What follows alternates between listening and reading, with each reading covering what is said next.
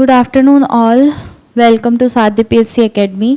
तो जैसा कि आपको पता है हमारी जो मॉलिकुलर बेसिस ऑफ इनहेरिटेंस वाली जो टॉपिक है वो कंप्लीट हो चुकी है ना। जेनेटिक्स का ऑल ओवर हमारा जो पोर्शन है वो कंप्लीट है। आज उसी चैप्टर का हम लोग एमसीक्यू करेंगे।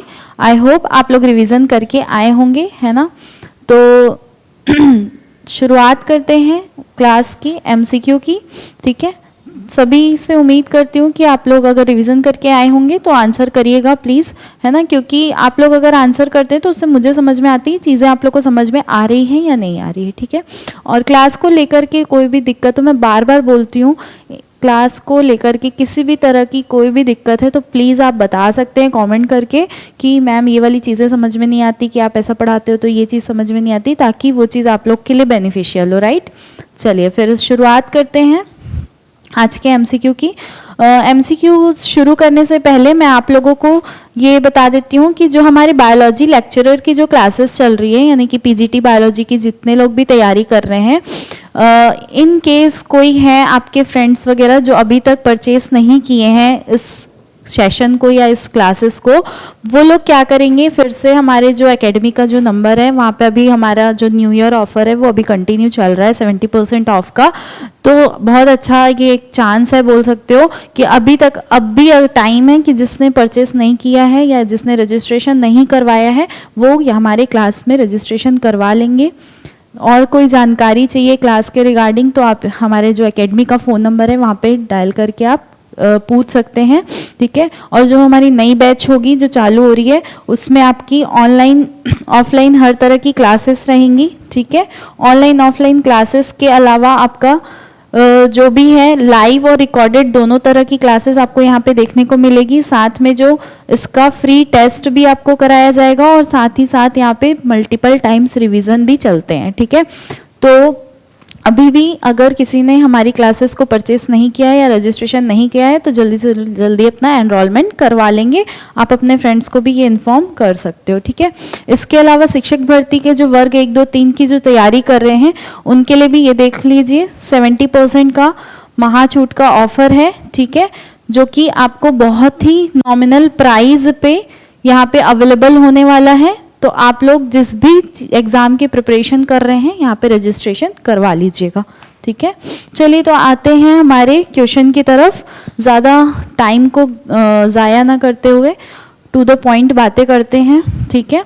चलिए तो आप लोग रेडी हैं फिर आज के क्वेश्चन के लिए, तो एक बार थम्स अप कर देंगे, ठीक है। चलिए फिर शुरुआत करते हैं आज का पहला क्वेश्चन जो कि मॉलिकुलर बेसिस ऑफ इनहेरिटेंस से रिलेटेड है। चलिए तो देखते हैं आज का पहला क्वेश्चन क्या होता है। फर्स्ट क्वेश्चन बोलता है विच of the following statement is correct, यानी कि यहाँ पे आपको बताना है जो 4 स्टेटमेंट दिए हैं उनमें से कौन सा स्टेटमेंट यहाँ पे करेक्ट है ये बताना है, ठीक है। क्या बोल रहा है फर्स्ट स्टेटमेंट, देखो एडेनिन जो होता है पेयर करता है थाइमिन के साथ, किससे, 2 हाइड्रोजन बॉन्ड की मदद से। या फिर सेकेंड स्टेटमेंट बोल रहा है adenine pair with thymine through 1 hydrogen bond, adenine pair with thymine through 3 hydrogen bond and adenine does not pair with thymine। यानी पहला स्टेटमेंट बोल रहा है कि जो एडेनिन होता है वो थाइमिन से हाइड्रोजन बंध के द्वारा जुड़ा होता है, और कितने हाइड्रोजन बंध बोल रहा है, 2 हाइड्रोजन बंध के द्वारा जुड़ा होता है। सेकेंड स्टेटमेंट बोलता है एडेनिन जो है 1 हाइड्रोजन बॉन्ड के माध्यम से थाइमिन से जुड़ता है। थर्ड स्टेटमेंट बोलता है एडेनिन जो होता है 3 हाइड्रोजन बॉन्ड के माध्यम से थाइमिन से जुड़ता है। और जो लास्ट स्टेटमेंट है वो क्या बोल रहा है कि एडेनिन जो है थाइमिन से जुड़ता ही नहीं है। तो आप बताएंगे यहाँ पे करेक्ट आंसर क्या है, कौन सा स्टेटमेंट यहाँ पे करेक्ट है, आपको ये बताना है। चलिए जल्दी से करेक्ट आंसर करेंगे। मैं साइड हो जाती हूँ ताकि आप लोगों को क्वेश्चन अच्छे से विजिबल हो जाए, क्योंकि ब्लिंक करने की जो प्रॉब्लम है वो यहाँ पे शुरू हो जाती है फिर। चलिए फिर करेक्ट आंसर मुझे बता देंगे कि क्या हो जाएगा। Option number question number first का। चलिए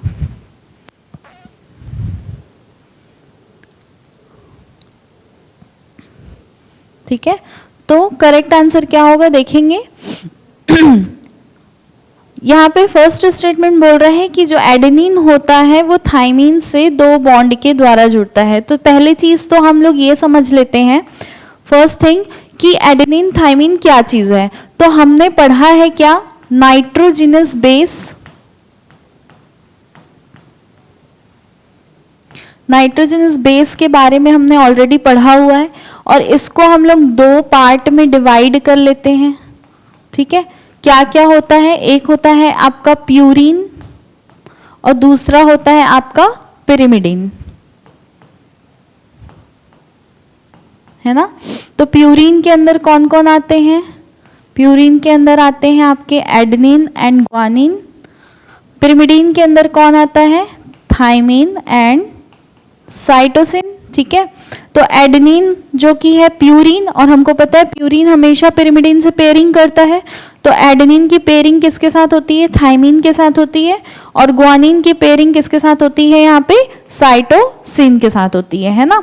और एडेनिन जो होता है वो थाइमीन के साथ कितने बंध बनाता है, तो एडेनिन और थाइमीन के बीच हमेशा डबल बॉन्ड रहता है, और जो साइटोसिन और ग्वानिन है उनके बीच हमेशा ट्रिपल बॉन्ड होता है। ठीक है, और ये जो बॉन्ड होते हैं इस बॉन्ड को हम लोग किस नाम से जानते हैं, हाइड्रोजन बंध के नाम से जानते हैं। ठीक है, तो यहाँ पे करेक्ट आंसर क्या हो जाएगा, देखिए सबका आंसर मिल गया मेरे को, तो है ना, सभी आंसर कर रहे हैं, बिल्कुल करेक्ट आंसर कर रहे हैं। चलिए फिर, वेल डन, सभी करेक्ट आंसर कर रहे हैं। करेक्ट आंसर क्या हो जाएगा, ऑप्शन नंबर ए, है ना। ऑप्शन नंबर 1, एडेनिन जो होता है वो थाइमीन से 2 हाइड्रोजन बंध के द्वारा जुड़ा होता है, बाकी के ऑप्शन यहाँ पे रॉन्ग हो जाएंगे। चलिए अगले क्वेश्चन की तरफ बढ़ते हैं। अगला क्वेश्चन क्या बोलता है, purines found both in DNA and RNA are. आपको पूछ रहा है डीएनए और आरएनए दोनों में पाए जाने वाले जो प्यूरीन्स है वो कौन है, यानी कि ऐसा कौन सा प्यूरीन है जो डीएनए और आरएनए दोनों में उपस्थित होता है, दोनों में पाया जाता है, ये आपको बताना है। ठीक है, तो बताएंगे आंसर करेक्ट क्या हो जाएगा, साइटोसिन थाइमीन होता है, या फिर एडेनिन, ये डेनिन नहीं है, एडेनिन और थाइमीन होता है, या फिर एडेनिन एंड ग्वानिन होता है, या फिर ग्वानिन एंड साइटोसिन। इनमें से कौन सा प्यूरीन है जो आरएनए और डीएनए दोनों में पाया जाता है, ये बताना है। चलिए आंसर करेंगे, जल्दी से आंसर करेंगे। सेकंड क्वेश्चन का क्या हो जाएगा करेक्ट आंसर, चलिए जल्दी से करेक्ट आंसर बता देंगे मुझे।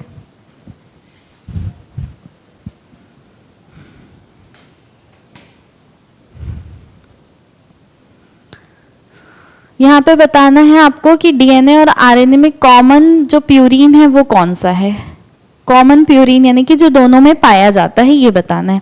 तो पहली चीज तो आप ये समझ लीजिए कि अभी हमने देखा, ठीक है, जो प्यूरीन है वो क्या है, एडेनिन और ग्वानिन। ठीक है, थाइमीन और साइटोसिन तो प्यूरीन है नहीं, तो जहां जहां पे आप देखो थाइमीन और साइटोसिन दिखेगा उसको तो आप वैसे ही यहाँ पे एलिमिनेट कर सकते हो। ठीक है, क्योंकि बात किसकी हो रही है, प्यूरीन की। तो प्यूरीन में कौन कौन आता है, प्यूरीन में आते हैं हमारे एडेनिन एंड ग्वानिन। ठीक, तो देखो यहाँ पे देखो साइटोसिन है और थाइमीन है, तो थाइमीन तो यहाँ पे प्यूरीन नहीं है हमारा, ठीक, तो ये तो नहीं होगा। साइटोसिन भी नहीं है, ये तो हमारा साइटोसिन और थाइमीन किस में आता है, पिरिमिडीन में आता है। ठीक है, एडेनिन है लेकिन थाइमीन आ गया यहाँ पे, तो थाइमीन तो नहीं होगा। ठीक है, एडेनिन और ग्वानिन, ठीक, एडेनिन और ग्वानिन दिया हुआ है, एडेनिन और ग्वानिन दोनों आपके प्यूरीन होते हैं, और एडेनिन और ग्वानिन आपके डीएनए में तो होते ही हैं और साथ ही साथ आरएनए में भी पाए जाते हैं।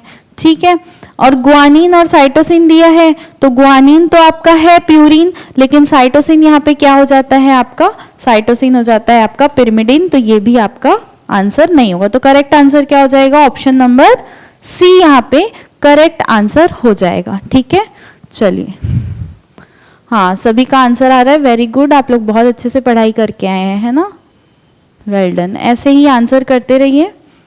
चलिए फिर अगला क्वेश्चन देखते हैं। नेक्स्ट क्वेश्चन आपसे पूछता है कि the association of histone H1 with a nucleosome indicates that, यानी न्यूक्लियोसोम के साथ जो हिस्टोन यानी कि H1 प्रोटीन जुड़ा होता है ना, तो उसका जुड़ना किस बात को दर्शाता है, यहाँ पे आपको ये बताना है कि पहला ऑप्शन बोल रहा है कि डीएनए रेप्लिकेशन इन ऑकरिंग, यानी कि H1 जो प्रोटीन हिस्टोन प्रोटीन जुड़ा है उसका मतलब हो रहा है कि डीएनए में रेप्लिकेशन हो रहा है, या सेकेंड ऑप्शन बोलता है the DNA is condense into a chromatin fibre, यानी कि जो डीएनए होता है वो क्या होता है, संकुचित होकर के आपका क्रोमैटिन फाइबर में परिवर्तित हो जाता है, या फिर थर्ड ऑप्शन बोल रहा है DNA double helix is exposed, यानी कि जो आपका डीएनए का डबल हेलिक्स है वो यहाँ पे एक्सपोज हो जाता है यानी खुल जाता है, ठीक है। और लास्ट ऑप्शन बोल रहा है ट्रांसक्रिप्शन होना शुरू हो जाता है, यानी H1 प्रोटीन के कारण ट्रांसक्रिप्शन होता है। इसमें से कौन सा करेक्ट आंसर हो जाएगा बताएंगे। आप लोग आंसर करेंगे तो आंसर में एक बात का ध्यान रखेंगे, आंसर करते टाइम ना क्वेश्चन नंबर जरूर डाल दीजिए, कि जैसे आप क्वेश्चन नंबर 3 का आंसर कर रहे हो तो क्वेश्चन नंबर 3 का ए है, बी है, सी है, डी है, क्या है वो आप यहाँ पे मेंशन करते जाओ, है ना। Very good. चलिए फिर बताएंगे थर्ड क्वेश्चन का आंसर क्या हो जाएगा। चलिए साइड होती हूँ और फिर बताइएगा करेक्ट आंसर क्या हो जाएगा इसका। क्वेश्चन नंबर 3 का आपको पूछा है न्यूक्लियोसोम के साथ हिस्टोन जो कि H1 हिस्टोन H1 प्रोटीन जो होता है वो क्या काम करता है यहाँ पे डीएनए में, अगर वहाँ पे उसका एसोसिएशन होता है न्यूक्लियोसोम मॉडल के अंदर।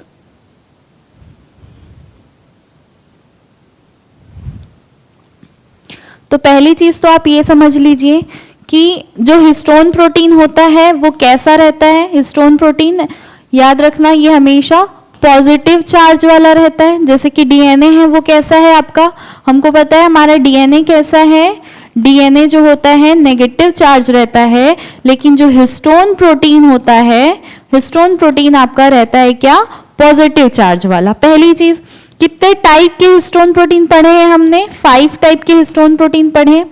कौन कौन से हिस्टोन प्रोटीन पढ़े हो, H1 होता है, H2A होता है, H2B होता है, H3 होता है और H4 होता है ना। इस प्रकार से 5 प्रकार के हमने क्या पढ़े हैं, हिस्टोन प्रोटीन के बारे में पढ़े हुए हैं, ठीक है। और हिस्टोन प्रोटीन का काम क्या होता है कि डीएनए में क्या करता है, ये कॉम्पैक्शन करने का यानी कि संकुचन करने का काम करता है, या फिर बोल सकते हो संघनन करने का कार्य करता है ना। तो संघनन करने का जब वो कार्य करता है तो यहाँ पे आपको पूछा है कि इनमें से जो H1 है ये अगर जुड़ा है तो ये किस बात को प्रदर्शित कर रहा है, क्या वो डीएनए के रेप्लिकेशन को प्रदर्शित कर रहा है, या फिर डीएनए जो है संकुचित होकर क्रोमैटिन फाइबर में परिवर्तित हो रहा है, या फिर डीएनए जो डबल हेलिक्स है वो खुल जा रहा है, या फिर यहाँ पे ट्रांसक्रिप्शन हो रहा है। बताएंगे थर्ड क्वेश्चन का करेक्ट आंसर। थर्ड का सी, बहुत लोग थर्ड का सी आंसर कर रहे हैं, है ना। डबल हेलिक्स एक्सपोज्ड होता है, एक बार अच्छे से सोच के आंसर करो क्या हो जाएगा करेक्ट आंसर, जल्दी बताओ। क्वेश्चन नंबर 3 का यहाँ पे देखो, पहली चीज आप ये समझो कि H1 का काम क्या है। H1 करता क्या है न्यूक्लियोसोम मॉडल में, लिंकर डीएनए है ना। H1 होता क्या है, जहाँ देखो ये आपका न्यूक्लियोसोम होता है, ठीक है, जो कि ऑक्टामर स्ट्रक्चर होता है, और ये दूसरा न्यूक्लियोसोम का ऑक्टामर स्ट्रक्चर है। इन दोनों को H1 जो है लिंकर डीएनए के हेल्प से इस प्रकार से H1 जो है ये जोड़ करके रखता है ना। तो जब इस प्रकार की संरचना बन जाती है तो उसकी जो स्ट्रक्चर, फाइनल स्ट्रक्चर जो हमको मिलता है उसको आप क्या बोलते हो। तो देखो यहाँ पे करेक्ट आंसर क्या होगा, देखो रेप्लिकेशन तो नहीं हो रहा है यहाँ पे, ठीक है, ठीक है। तो यहाँ पे रेप्लिकेशन जैसा तो कुछ भी नहीं हो रहा है, ठीक। डीएनए संकुचित होकर क्रोमैटिन फाइबर में परिवर्तित होता है, बिल्कुल सही बात है, ये ऐसा ही होता है। ये ऑप्शन नंबर बी है, ये डी क्यों हो गया, इधर देखो, ये ऑप्शन नंबर बी, ठीक है। हिंदी में कुछ ना कुछ टाइपिंग में मिस्टेक हो जाती है, चलो देखो, ठीक। तो ऑप्शन नंबर बी हो जाएगा। डीएनए क्या होता है यहाँ पे, कंडेंस हो जाता है, और कंडेंस होकर के फाइनली क्रोमैटिन फाइबर, यही तो करता है ना। देखो ये न्यूक्लियोसोम मॉडल है, इन दोनों को ये लिंकर डीएनए कनेक्ट किया, इसी के ऊपर पूरा डीएनए लिपटा हुआ रहता है इस प्रकार से, है ना। जो डीएनए रहता है वो पूरी तरह से लिपटा हुआ रहता है, और फिर यही कंडेंस होकर के अल्टीमेटली बाद में क्या बनाता है, इस प्रकार से कुछ फाइबर लाइक स्ट्रक्चर बनाता है, इसी को हम लोग क्रोमैटिन फाइबर बोल देते हैं, ठीक। ठीक है, तो करेक्ट आंसर इसका क्या हो जाएगा, option number B. Double helix यहाँ पे ओपन कभी भी नहीं होता। डबल हेलिक्स जब ओपन होती है तो उस प्रोसेस को हम लोग डीनेचुरेशन बोलते हैं, आप लोग को याद होगा। ठीक है, तो ये वाली चीज तो कब होती है, जब उसको हाई टेम्परेचर दिया जाता है, तो ये भी नहीं हो सकता। ट्रांसक्रिप्शन जैसा तो कुछ हो ही नहीं रहा है। ठीक है, ट्रांसक्रिप्शन में तो क्या होता है, डीएनए से एमआरएनए का फॉर्मेशन होता है, तो ये चीज तो नहीं होगी। तो करेक्ट आंसर यहाँ पे क्लियर हो गया आप लोग को, ऑप्शन नंबर बी हो जाएगा। ठीक, अगला क्वेश्चन देखो क्या बोल रहा है। In sea urchin DNA which is double stranded 17% of the base were cytosine, the percentage of the other 3 base expected to be presented are. यहाँ पे पूछ रहा है कि एक समुद्री अर्चिन है जिसका डबल स्ट्रैंडेड डीएनए में टोटल 17% बेस कौन सा है, साइटोसिन उसमें प्रेजेंट है, यानी कि उसका जो डीएनए है उसके डीएनए में लगभग 17% कौन है, साइटोसिन है। ठीक, तो पूछ रहा है कि अन्य 3 बेसों का अपेक्षित प्रतिशत कितना होना चाहिए, यानी कि बाकी का जो ग्वानिन, थाइमिन और एडेनिन है इनका परसेंटेज क्या होगा, ये आपको यहाँ पे बताना है। क्या उसका परसेंटेज 17, 33, 33 होगा, या फिर 8.5, 50 और 24.5 होगा, या 34, 24.5 या फिर 24.5 होगा, या 17%, 16.5%, 32.5%। क्या हो जाएगा इसका करेक्ट आंसर, जल्दी से आंसर करेंगे। चलिए, बहुत ही स्टैंडर्ड का क्वेश्चन है, इसको मैं उम्मीद करती हूँ कि आप लोग मुझे आंसर करेंगे। क्वेश्चन नंबर 4 का, चलिए जल्दी से आंसर करेंगे।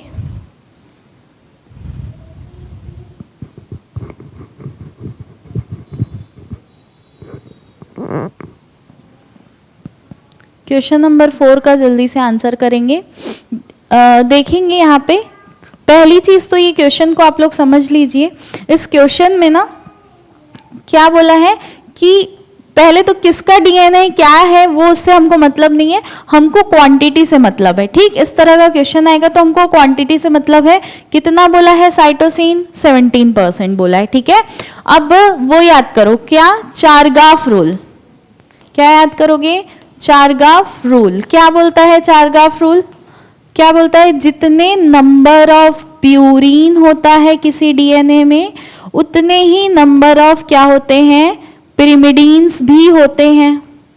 ठीक है, उतने ही नंबर ऑफ क्या होते हैं, पिरिमिडीन्स होते हैं। तो देखो यहाँ पे साइटोसिन क्या है, adenine, guanine, thymine and cytosine. तो साइटोसिन यहाँ पे क्या है, साइटोसिन आपका पिरिमिडीन है।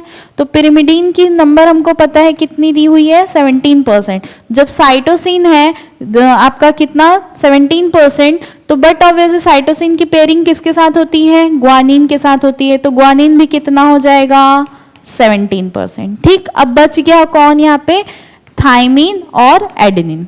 ठीक, तो थाइमिन और एडेनिन जब बच जाते हैं तो देखो पहले 17 टोटल कितना हो जाता है आपका, 34%।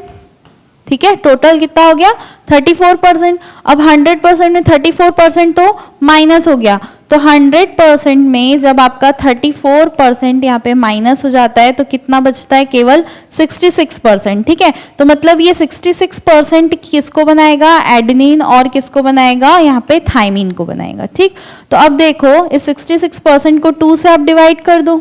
66 को आप 2 से डिवाइड करोगे तो क्या आ जाएगा, 33, यानी कि एडेनिन कितना होगा यहाँ पे 33% और थाइमिन भी कितना हो जाएगा यहाँ पे 33%। तो टोटल हमारा कितना निकला, आपका साइटोसिन दिया था 17 दिया था, तो ग्वानिन भी आपका 17 हो गया था। अब सबको अगर आप टोटल करोगे तो कितना आ जाएगा, 100%, यानी कि यही आपका करेक्ट आंसर हो जाएगा। तो आंसर अब देखो क्या क्या निकला आपका, 17, 33 और 33। कौन से ऑप्शन में दिया है, देखो ग्वानिन आपका 17%, एडेनिन 33% और थाइमिन भी क्या है यहाँ पे 33%। तो करेक्ट आंसर क्या हो जाएगा, ऑप्शन नंबर ए यहाँ पे करेक्ट हो जाएगा। ठीक है, किसी को कोई डाउट है यहाँ पे, वेरी गुड। ठीक है, चलिए, तो करेक्ट आंसर यहाँ पे क्या हो जाएगा, ऑप्शन नंबर ए हो जाएगा। तो इसी प्रकार से अगर चारगाफ रूल से रिलेटेड क्वेश्चन आएगा तो आप लोग को बनाना है इसी तरह से सॉल्व करके। ठीक है, तो इसमें कंफ्यूज मत होना कि क्या पूछ दिया, किसका नाम दे दिया, कौन से ऑर्गेनिज्म का नाम दे दिया, उससे मतलब नहीं रखना है हमको। दिमाग में केवल ये लाना है जितने नंबर ऑफ प्यूरिन उतने नंबर ऑफ पिरिमिडिन, उसके अकॉर्डिंग फिर हमको कैलकुलेट करके निकालना है। ठीक है, चलिए अगला क्वेश्चन देखते हैं। ये तो क्लासेस का आपका कुछ इन्फॉर्मेशन है, लक्ष्य बैच 2.0 के नाम से, ठीक है, जो कि आपकी न्यू फाउंडेशन बैच चालू है। इसमें भी आपको 70% तक की महा छूट है, ये भी काफ़ी नॉमिनल प्राइस में है, तो इसको भी आप लोग ज्वाइन कर सकते हैं। देखिए ये जो है ना बहुत इंपॉर्टेंट क्लासेस हो जाती हैं, तो कोशिश करिए कि आपके जो भी फ्रेंड्स वगैरह हैं या आप लोग इस क्लासेस की तैयारी कर रहे हैं तो बिल्कुल ज्वाइन कर लीजिए, क्योंकि फिर ये बार बार मौका ऐसा मिलता नहीं है ना। चलिए फिर अगला क्वेश्चन देखते हैं, question number 5। The 3' and 5' phosphodiester linkage inside a polynucleotide chain serve to join, यानी कि यहाँ पे बोल रहा है पॉलीन्यूक्लियोटाइड चेन के अंदर जो 3' से 5' फॉस्फोडाइस्टर बॉन्ड बनते हैं वो किसको जोड़ करके रखते हैं? One DNA strand with the other DNA strand, यानी कि एक डीएनए स्ट्रैंड जो है वो दूसरे डीएनए से जुड़ा रहता है, या फिर one nucleoside with another nucleoside, या फिर one nucleotide with another nucleotide, या फिर one nitrogenous base with pentose sugar. क्या हो जाएगा करेक्ट आंसर क्वेश्चन नंबर 5 का, आप लोग बताएंगे। क्वेश्चन नंबर 5 का करेक्ट आंसर क्या हो जाएगा?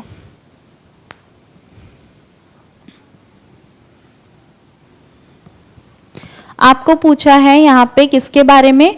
फॉस्फोडाइस्टर बॉन्ड के बारे में। जब मैंने आपकी ये थ्योरी क्लासेस ली थी तब मैंने आपको बार बार बोला था कि जो यहाँ पे बंध बता रही हूँ किसके बीच कौन सा बॉन्ड होता है, इस चीज़ को बहुत अच्छे से याद रखना, क्योंकि ये सारे बॉन्ड से रिलेटेड क्वेश्चन बहुत एग्जाम में पूछे जाते हैं। चलिए क्वेश्चन नंबर 5 का आंसर आप लोग कर लेंगे फटाक से।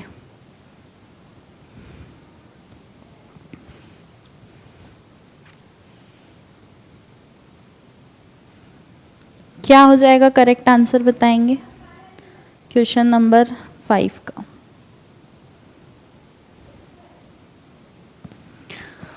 फॉस्फोडाइस्टर बॉन्ड के बारे में पूछ रहा है यहाँ पे, ठीक है। तो पूछा क्या है? पॉलीन्यूक्लियोटाइड चेन के बारे में। पॉलीन्यूक्लियोटाइड चेन क्या होती है? पहली चीज तो आपको ये जानना है। तो हमको पता है हमारा डीएनए बनता कैसे है? न्यूक्लियोटाइड जब बहुत सारे आपस में जुड़ते हैं तो इसको हम लोग पॉलीन्यूक्लियोटाइड्स बोल देते हैं। तो न्यूक्लियोटाइड में रहता क्या है? आपका फॉस्फेट ग्रुप रहता है, पेंटोज शुगर होती है, ठीक है, और इसके अलावा क्या रहता है? आपका नाइट्रोजनस बेस रहता है। ठीक, इन तीनों को एक साथ हम लोग क्या बोल देते हैं? न्यूक्लियोटाइड बोल देते हैं। और इन्हीं के बीच जब फॉस्फेट और पेंटोज शुगर के बीच जो बॉन्ड बनता है ना, और फिर ये जो पेंटोज शुगर है इसका जो अरेंजमेंट रहता है कैसे रहता है? फॉस्फेट ग्रुप रहेगा, फिर यहाँ पे आ जाएगी आपकी पेंटोज शुगर, ठीक है, इस प्रकार से, ठीक, और फिर यहाँ से जुड़ जाएगा कौन? आपका एक और फॉस्फेट ग्रुप, फिर यहाँ पे एक और पेंटोज शुगर। तो इस प्रकार से ये कंटिन्यू, ये चेन जो है कंटिन्यू चलती है, और यहाँ से जुड़ा रहता है कौन? इसका नाइट्रोजनस बेस। तो इस प्रकार से जब बहुत सारे न्यूक्लियोटाइड ऐसे आपस में ये बॉन्ड बना करके एक चेन बना लेते हैं तो इनके बीच जो बंध होता है इसी को हम लोग क्या बोल देते हैं? फॉस्फोडाइएस्टर बॉन्ड, ठीक है।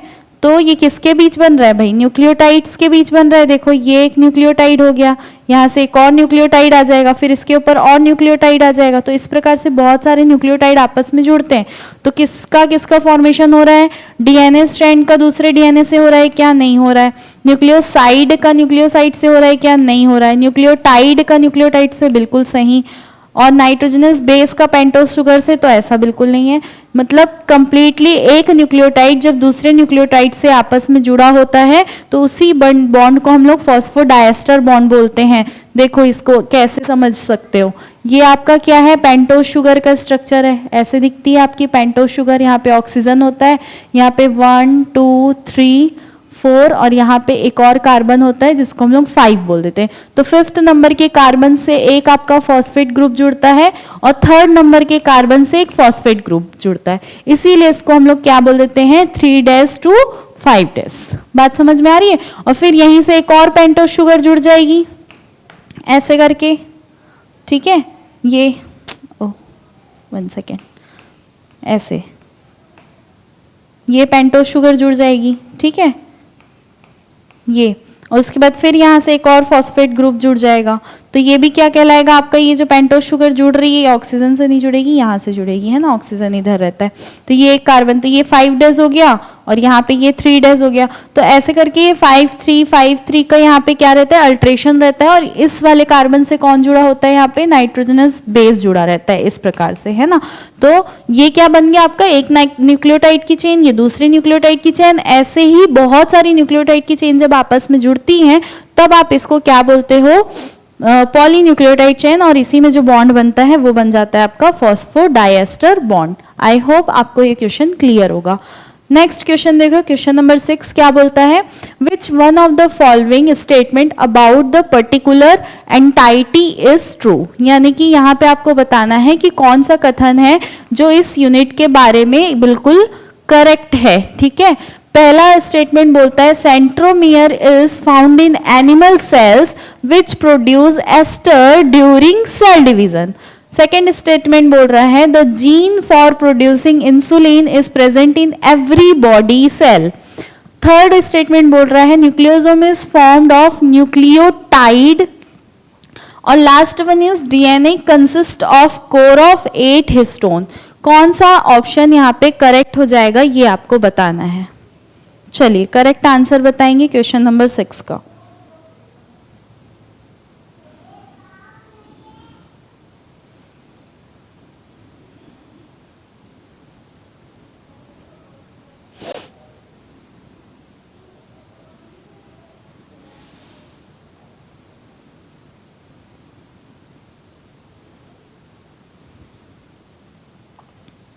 चलिए बताएंगे क्या हो जाएगा। निम्नलिखित में से कौन सा कथन यहाँ पे करेक्ट है ये बताना है। सेंट्रोमियर जो होता है वो एनिमल सेल में पाया जाता है जो कि कोशिका विभाजन के दौरान एस्टर बनाता है बोल रहा है। या फिर इंसुलिन बनाने वाला जीन जो है वो शरीर की प्रत्येक कोशिका में उपस्थित होता है। या फिर बोल रहा है न्यूक्लियोसोम न्यूक्लियोटाइड से बना होता है। या फिर लास्ट ऑप्शन बोल रहा है डीएनए जो होता है 8 हिस्टोन प्रोटीन के कोर से बना होता है। क्या हो जाएगा इसका करेक्ट आंसर देखेंगे। पहला स्टेटमेंट बोल रहा है कि सेंट्रोमियर जो है एनिमल सेल में पाया जाता है। तो सेंट्रोमियर एनिमल सेल में पाया जाता है यहां तक तो बिल्कुल ठीक बात है। लेकिन आगे क्या बोल रहा है जो कोशिका विभाजन के दौरान एस्टर बनाता है तो ऐसा तो बिल्कुल नहीं है। जब हमारा सेल डिवीजन होता है तो सेल डिवीजन के टाइम पे जो सेंट्रियोल होते हैं वो पोल्स की तरफ मूव करते हैं और फिर यहाँ से जो है एस्टर रेज निकलती हैं इस प्रकार से, है ना, और जो कि क्रोमोसोम से जाकर के उसके सेंट्रोमियर से जाकर के अटैच हो जाती है ना, इस प्रकार से ये अटैच होती है। तो ये कौन काम कर रहा है यहाँ पे सेपरेशन करने का, एस्टर बनाने का काम यहाँ पे कौन कर रहा है, सेंट्रियोल कर रहा है। कौन कर रहा है, सेंट्रियोल कर रहा है, सेंट्रोमियर नहीं करता, इसलिए ये वाला ऑप्शन तो गलत हो जाएगा। फिर बोल रहा है इंसुलिन बनाने वाला जीन शरीर की प्रत्येक कोशिका में उपस्थित होता है। तो बिल्कुल सही बात है। हमारी जितनी भी सोमैटिक सेल होती है ना, किसकी बात कर रही हूं मैं, सोमैटिक सेल्स, जितनी भी हमारी सोमैटिक सेल्स हैं यानी कि जो कायिक कोशिकाएं होती है जो हमारे शरीर के निर्माण के लिए आवश्यक होती हैं, इन कोशिकाओं में आपके कौन से जीन पाए जाते हैं, इंसुलिन बनाने वाले जीन यहाँ पे हर एक सेल में उपस्थित होते हैं। लेकिन हर एक सेल का जो इंसुलिन जीन होता है वो एक्सप्रेसिव नहीं होता है, याद रखना, ठीक है। कैसा नहीं होता, एक्सप्रेसिव नहीं होता, यानी कि हर एक इंसुलिन जीन वहां पे इंसुलिन का प्रोडक्शन करेगा ऐसा जरूरी नहीं है, लेकिन इंसुलिन जीन वहां पे हर एक कोशिका में पाया जाएगा, ठीक है।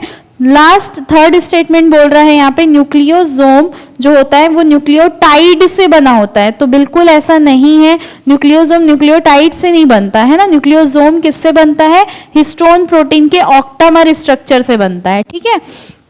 फिर लास्ट स्टेटमेंट बोल रहा है डीएनए जो होता है 8 हिस्टोन प्रोटीन के कोर से बना होता है। नहीं भाई, डीएनए तो हमारा किससे बनता है, डीएनए बनता है न्यूक्लियोटाइड से मिलके बनता है। किससे बनता है, न्यूक्लियोटाइड से मिलके बनता है। जब बहुत सारे न्यूक्लियोटाइड आपस में मिलते हैं पॉलीन्यूक्लियोटाइड, तब आपका जो है क्या बनता है, यहाँ से डीएनए का फॉर्मेशन होता है ना। लेकिन जो आपका 8 हिस्टोन प्रोटीन की जिससे बात हो रही है, तो 8 हिस्टोन प्रोटीन से क्या बनता है, न्यूक्लियोसोम बनता है, ठीक है। तो इसलिए ये वाला स्टेटमेंट भी क्या हो जाएगा, रॉन्ग हो जाएगा। करेक्ट स्टेटमेंट यहाँ पे क्या हो जाएगा, बी। तो करेक्ट आंसर भी क्या है आपका, ऑप्शन नंबर बी, क्योंकि यहाँ पे आपको करेक्ट स्टेटमेंट के बारे में ही बताना था, ठीक है। चलिए अगला क्वेश्चन देखते हैं। डीएनए सिंथेसिस को विशेष रूप से किस रेडियो लेवल्ड पदार्थ के समावेशन यानी इनकॉर्पोरेशन द्वारा मापा जा सकता है। बोल रहा है DNA synthesis can be specifically measured by the estimating the incorporation of radio labelled. कौन से रेडियो लेबल्ड के द्वारा मापा जा सकता है, क्या आप उसको थाइमिडीन से नाप सकते हैं, या फिर डीऑक्सीराइबोज शुगर से, या फिर यूरासिल से, या फिर एडेनिन से, किससे हम उसको मेजर कर सकते हैं, ये आपको बताना है। चलिए जल्दी से आंसर कर दीजिए क्वेश्चन नंबर 7 का। क्वेश्चन नंबर 7 का सभी आंसर करेंगे। देखो क्वेश्चन को समझना अच्छे से, है ना, बहुत प्यारा क्वेश्चन है। यहाँ पे बात कर रहा है किसकी, डीएनए के सिंथेसिस होने की, ठीक है। डीएनए के संश्लेषण को विशेष रूप से किस रेडियो लेबल्ड पदार्थ के समावेशन द्वारा मापा जा सकता है पूछ रहा है ना। और ऑप्शन को देखो क्या क्या दिया है, थाइमिडीन दिया है, डीऑक्सीराइबोज शुगर दिया है, यूरासिल दिया है और एडेनिन दिया है। तो आपको यहाँ पे रेडियो लेबल्ड किसका यूज कर सकते हैं यहाँ पे ये बताना है, और फिर करेक्ट आंसर क्या होगा, किसका इनकॉर्पोरेशन से उसको हम माप सकते हैं ये बताना है। चलिए जल्दी से आंसर करेंगे।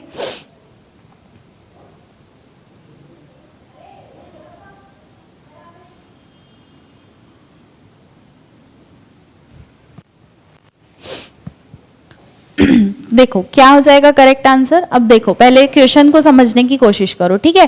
बात किसकी हो रही है यहाँ पे, क्वेश्चन पूछा है कि डीएनए संश्लेषण को विशेष रूप से किस रेडियो लेबल्ड पदार्थ के समावेशन या फिर इनकॉर्पोरेशन द्वारा मापा जा सकता है, ठीक है। यहाँ पे बात हो रही है डीएनए के सिंथेसिस की। तो हमको पता है कि जो डीएनए होता है उस डीएनए के अंदर कौन कौन से नाइट्रोजनस बेस होते हैं, एडेनिन होता है, ग्वानिन होता है, थाइमिन होता है और साइटोसिन होता है, ठीक है। वही अगर हम लोग आरएनए की तरफ देखें तो आरएनए के पास कौन कौन सा नाइट्रोजनस बेस होगा, एडेनिन होगा, ग्वानिन होगा, लेकिन थाइमिन की जगह यहाँ पे क्या होता है, यूरासिल होता है और साइटोसिन होता है, ठीक है। तो यहाँ पे पूछा है किस रेडियो लेबल्ड के समावेशन से आप इसको मापोगे। तो देखो थाइमिडीन से हम इसको नापते हैं, करेक्ट आंसर इसका ऑप्शन नंबर ए होगा। कैसे होगा अब इसको समझते हैं। चूंकि देखो आरएनए के पास क्या है, यहाँ पे यूरासिल है, थाइमिन नहीं है, ठीक है। तो हम क्या करते हैं जब रेडियो लेबल बनाते हैं तो जो नॉर्मल थाइमिन होता है, ठीक है, क्या चीज, नॉर्मल आपका जो थाइमीन है उस नॉर्मल थाइमीन का जो भी हाइड्रोजन होता है उस हाइड्रोजन को हम रिप्लेस कर देते हैं। किससे रिप्लेस करते हैं, इसको रिप्लेस किया जाता है H3 रेडियो एक्टिव एलिमेंट से, ठीक है, रेडियो एक्टिव एलिमेंट से इसको रिप्लेस किया जाता है। ये H3 क्या है आपका, एक तरह का हैवी रेडियो एक्टिव मेटल होता है, ठीक है। हैवी रेडियो एक्टिव जो एलिमेंट है इसको बोल सकते हैं, है ना। और ये एक तरह से इसको हम लोग किस नाम से जानते हैं, याद रखना, ट्राइटियम के नाम से जानते हैं, ठीक है। इसी को क्या बोलते हैं, ट्राइटियम के नाम से जानते हैं। तो ये जो ट्राइटियम होता है इसके द्वारा हम हाइड्रोजन, नॉर्मल थाइमिन के हाइड्रोजन को क्या करते हैं, रिप्लेस करते हैं, यानी कि इस हाइड्रोजन की जगह हम इसको डाल देंगे और फिर उसके बाद उसकी लेबलिंग कर दी जाती है। तो ये क्या हो जाता है, ये थाइमिन अब क्या हो गया, रेडियो एक्टिव हो गया। फिर जब भी हम उसका इनकॉर्पोरेशन का वो करेंगे, क्या बोलते हैं, समावेशन करेंगे, है ना। तो समावेशन करने के टाइम पे जब उसका आप मेजरमेंट करते हो तो आप क्या देखते हो कि वहां पे जो थाइमिडीन होगा जिसको हमने रेडियो एक्टिव किया है वो वहां पे चमकता हुआ नजर आएगा, क्योंकि हमने उसको क्या किया है, लेबलिंग करी है रेडियो एक्टिव से। तो थाइमिडीन चूंकि आरएनए में नहीं होता, अब जैसे मान लो हमारा सैंपल है, इस सैंपल में आपका आरएनए भी है और डीएनए भी है है ना, दोनों चीज है। तो आपको पहचानना है कि इसमें हमारा डीएनए कौन सा है, तो आप इसी रेडियो एक्टिव से इसको क्या करोगे, लेबलिंग करे होगे। तो उस रेडियो एक्टिव की वजह से जो डीएनए का थाइमिडीन है वो वहां पे क्या करेगा, ब्लिंक करेगा, आरएनए का नहीं कर पाएगा। क्यों नहीं कर पाएगा आरएनए का, क्योंकि हमको पता है आरएनए के पास तो थाइमीन ही नहीं है, थाइमीन ही नहीं रहेगा तो क्या वहां पे वो रेडियो एक्टिव नजर आएगा, क्या नहीं आएगा। इससे कि हमारी जो डीएनए है उसकी मेजरमेंट की पहचान हो जाएगी। इसलिए करेक्ट आंसर क्या हो जाएगा आपका, थाइमिडीन। डीऑक्सीराइबोस शुगर तो आरएनए में भी होता है, यूरासिल आरएनए में पाया जाता है, और आपका एडेनिन जो होता है ये भी आरएनए में होता है। तो इसको तो हम नहीं कर सकते, लेकिन थाइमिडीन से हम इसका क्या कर सकते हैं, मेजरमेंट पॉसिबल कर सकते हैं। ठीक है, चलिए अगला देखते हैं। ये देखेंगे छत्तीसगढ़ सब इंस्पेक्टर की भी हमारे जो एकेडमी में है वो क्लासेस चल रही है, और इस पर भी हमारा 70% तक का महाछूट है। और इसकी जो क्लास है वो केवल और केवल आपको 1999 में मिलने वाली है। और इसके अलावा ये जितने भी टीचर्स को आप देख रहे हो इन सभी के द्वारा आपको क्या किया जाता है, यहाँ पे क्लासेस में बहुत अच्छी तरह से कंटेंट प्रोवाइड किए जाते हैं। तो आप अगर अभी तक इस क्लासेस को ज्वाइन नहीं किए हैं तो ज्वाइन कर लेंगे, ये आप लोग के लिए बेनिफिशियल होगा। चलिए अगला क्वेश्चन देखते हैं, question number 8। The transforming principle of pneumococcus is found out by Avery MacLeod and McCarty was, यानी कि यहाँ पे पूछ रहा है एवरी मैक्लियोड और मैककार्टी द्वारा न्यूमोकोकस में खोजा गया ट्रांसफॉर्मिंग प्रिंसिपल क्या था। क्या वो मैसेंजर आरएनए था, या फिर वो डीएनए था, या फिर प्रोटीन था, या फिर पॉलीसेकेराइड्स था, ये बताना है। अगर आप लोग को डीएनए जो है हमारा एक जेनेटिक मटेरियल है, उसका मैंने एक्सपेरिमेंट कराया था, वो अगर याद होगा तो ये वाला क्वेश्चन आप आराम से बना लेंगे। चलिए क्वेश्चन नंबर 8 का जल्दी से आंसर करेंगे। क्वेश्चन नंबर 8 का आंसर करेंगे जल्दी से।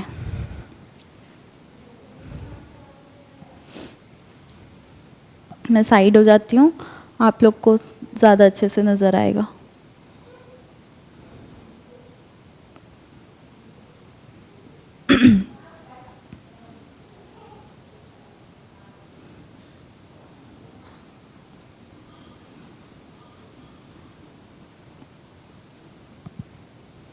देखो क्या बोल रहा है यहाँ पे, एवरी मैक्लियोड और मैककॉर्टी द्वारा न्यूमोकोकस में खोजा गया था ट्रांसफॉर्मिंग प्रिंसिपल, उसमें वो क्या था, है ना। तो आपको पता है जो डीएनए, हमको ये प्रूव करना था कि जेनेटिक मटेरियल जो होता है, जेनेटिक मटेरियल वो हमारा डीएनए होता है।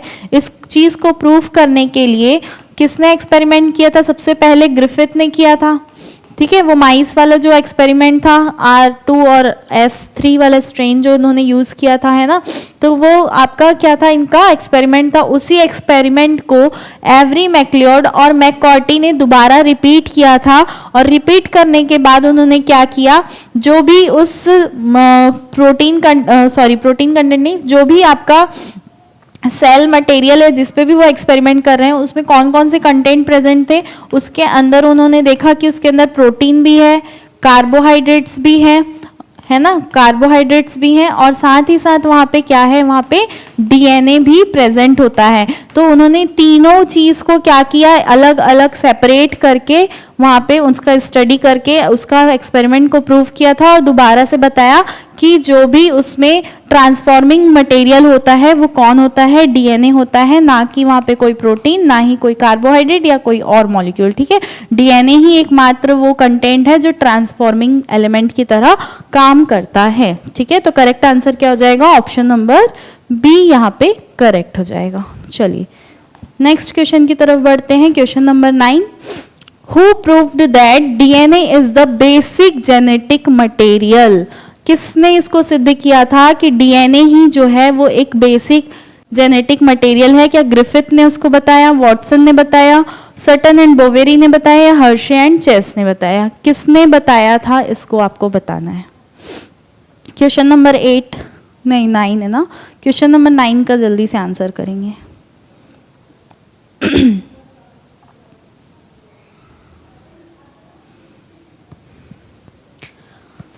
चलिए क्वेश्चन नंबर 9 क्या बोलता है देखेंगे, क्वेश्चन नंबर 9 की तरफ बढ़ते हैं। Who proved that DNA is basic genetic material, क्या उसको ग्रिफिथ ने बताया कि वॉटसन ने बताया, बोवेरी और सटन ने बताया, या फिर हर्शे एंड चेस ने बताया? तो आपको ग्रिफिथ का एक्सपेरिमेंट याद होगा।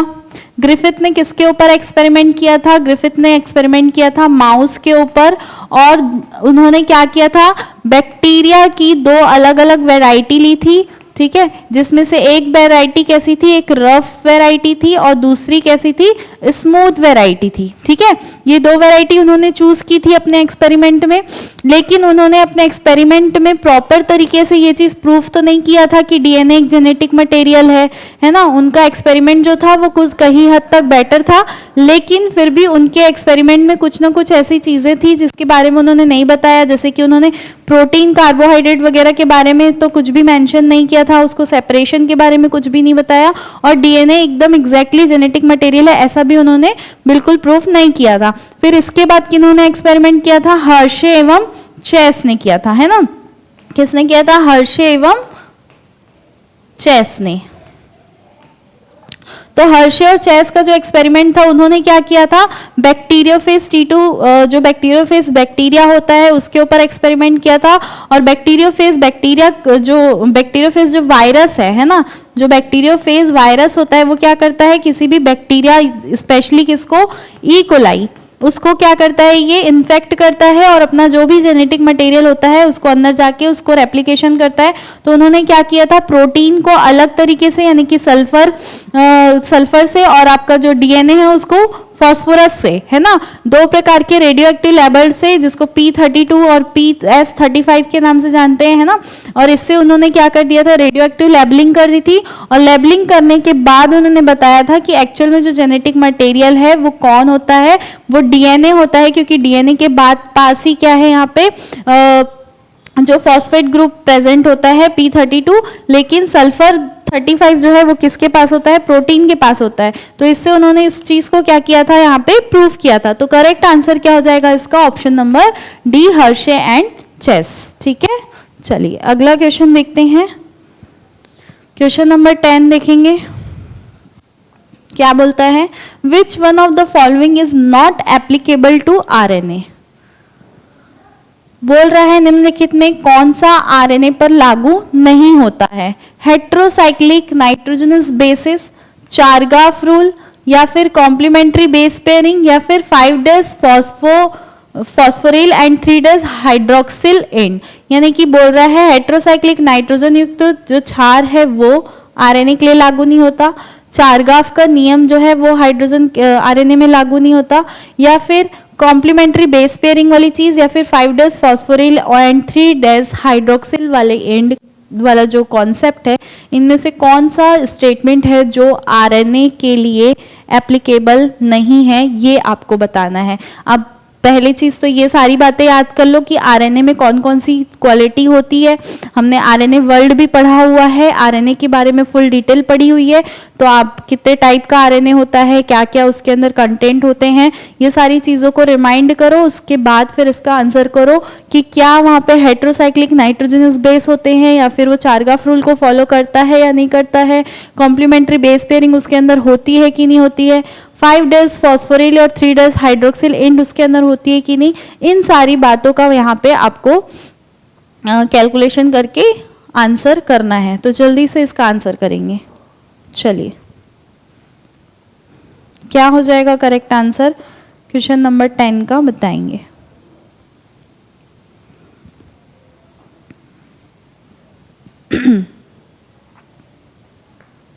देखेंगे पहली चीज तो आरएनए में क्या क्या चीजें हैं। आरएनए का फुल फॉर्म हमको पता है क्या होता है? राइबो न्यूक्लिक एसिड, ठीक है। इसके पास भी क्या होती है? पेंटोज शुगर होती है, ठीक है, पेंटोज शुगर होती है। फॉस्फेट ग्रुप इसके पास भी होता है, इसके पास हाइड्रोक्सिल ग्रुप भी होता है। इसके पास और क्या होता है? आपका नाइट्रोजनस बेस भी होते हैं। बस थाइमीन की जगह यहाँ पे क्या होता है? यूरासिल होता है, ठीक है, थाइमीन इसमें नहीं होता है।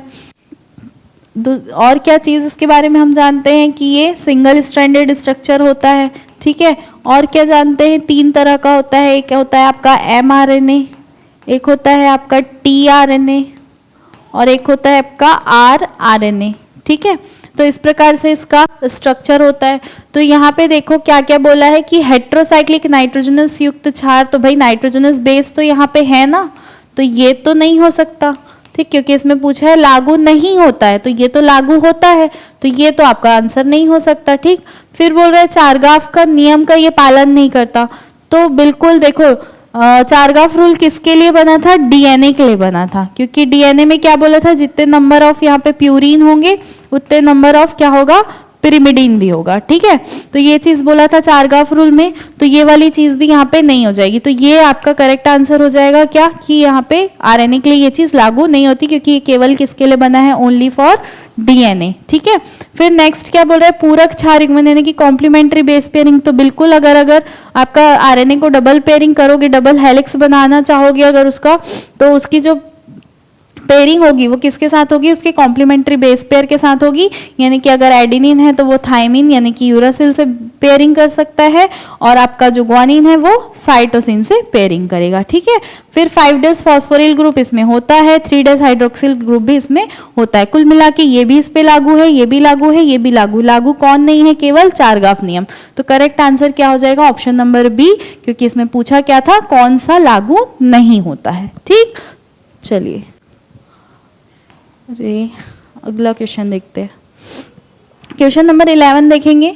Similarity in DNA and RNA is that, आपको पूछा है डीएनए और आरएनए में क्या सिमिलैरिटीज होती है, कि both are polymer of nucleotides, both have similar pyrimidine, both have similar sugar, both are genetic material. क्या हो जाएगा करेक्ट आंसर क्वेश्चन नंबर 11 का, बताएंगे, बहुत ही आसान क्वेश्चन है।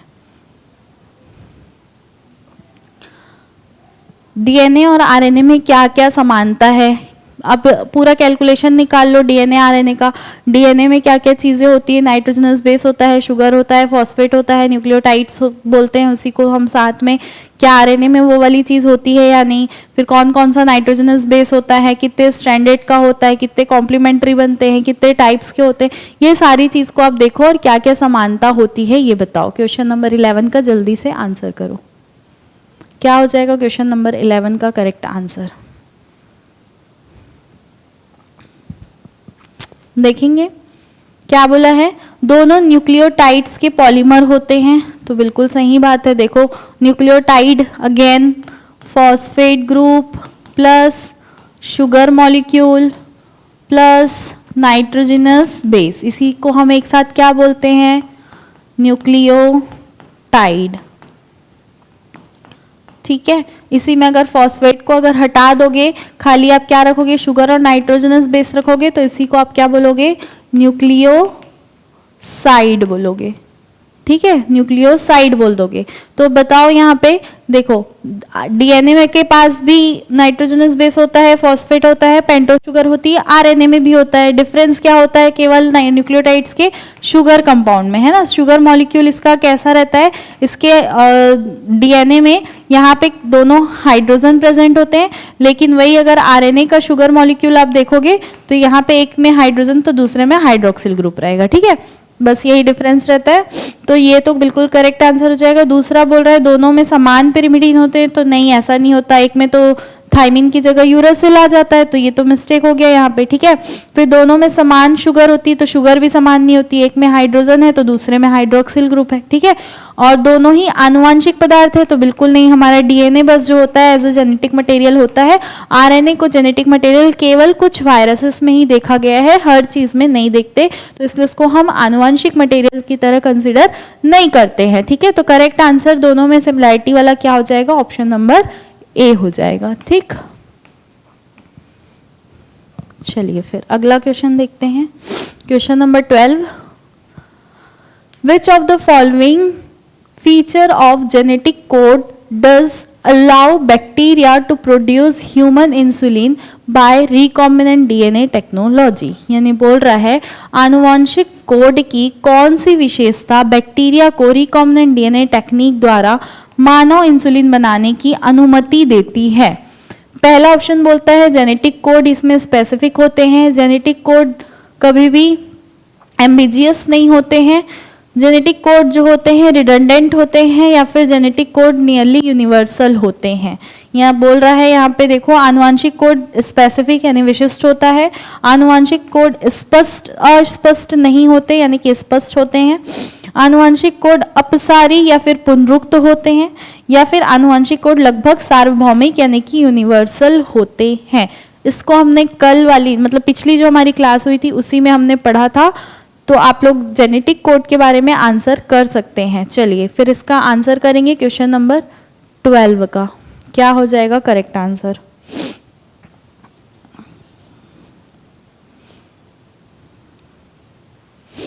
क्या हो जाएगा क्वेश्चन नंबर 12 का करेक्ट आंसर? जेनेटिक कोड के रिगार्डिंग क्वेश्चन है, पूछा है कि आनुवंशिक कोड की कौन सी ऐसी विशेषता है जो बैक्टीरिया को रिकॉम्बिनेंट डीएनए टेक्नोलॉजी द्वारा इंसुलिन बनाने के लिए अनुमति देती है। क्योंकि हमको पता है इंसुलिन किसके अंदर बनता है, मानव के शरीर में बनता है। इसके अलावा कुछ और जीव जंतु हैं जैसे कि शुअर हो गया, काऊ हो गई, उनके शरीर में भी इंसुलिन बनते हैं, ठीक है।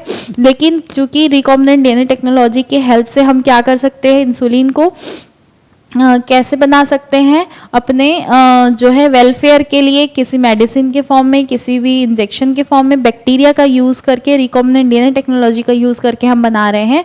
तो क्या बैक्टीरिया के अंदर ऐसा जीन प्रेजेंट है कि जो उसको ऐसी क्वालिटी दे रहा है जिसकी वजह से हम उसकी हेल्प से ही इंसुलिन का प्रोडक्शन कर पा रहे हैं? तो इसमें से कौन सी टेक्निक, यहाँ पे कौन सी बात है जो इस चीज़ के लिए परमिट करती है कि हम बैक्टीरिया को इंसुलिन बनाने के लिए यूज़ कर सकते हैं? क्या रीज़न है कि जिसकी वजह से बैक्टीरिया का डीएनए हम ह्यूमन के वेलफेयर के लिए, एक इंसान की बॉडी में है, सोचो माइक्रो ऑर्गेनिज्म का जो जीन है उसको हम एंटर कराने वाले हैं, तो क्या रीज़न है जिसकी वजह से ये करना पॉसिबल है? तो देखो, पहला ऑप्शन बोल रहा है कि आनुवांशिक कोड जो होता है स्पेसिफिक होता है। स्पेसिफिक तो होता है लेकिन अमीनो एसिड के लिए कोड करता है, तो ऐसा कोई रीज़न नहीं है जो हमको परमिट करे। वो भले अपनी जगह आनुवांशिक होगा, स्पेसिफिक होगा, लेकिन वो रिकॉम्बिनेंट डीएनए टेक्नोलॉजी के लिए बैक्टीरिया हमारे शरीर के लिए ऐसे यूजफुल होगा, ऐसा तो हम नहीं बोल सकते। अगर एकदम ही स्पेसिफिक हो जाएगा तो क्या बैक्टीरिया का ह्यूमन के अंदर हम एंटर करवा पाएंगे? क्या नहीं करवा पाएंगे? तो ये तो नहीं हो पाएगा, ठीक है। आनुवांशिक कोड अस्पष्ट नहीं होते, ऐसा तो नहीं है भाई। कभी कभी आनुवांशिक कोड हमको समझ में भी नहीं आते, कितने सारे वैरायटी ऑफ यहाँ पे जेनेटिक कोड होते हैं, तो ऐसा भी इसमें नहीं होगा। फिर क्या बोल रहा है, आनुवांशिक कोड को अपसारी या फिर पुनरुक्त होता है, तो ऐसा भी कुछ नहीं है कि जिसमें अपसारी वाली कोई चीज आएगी, है ना।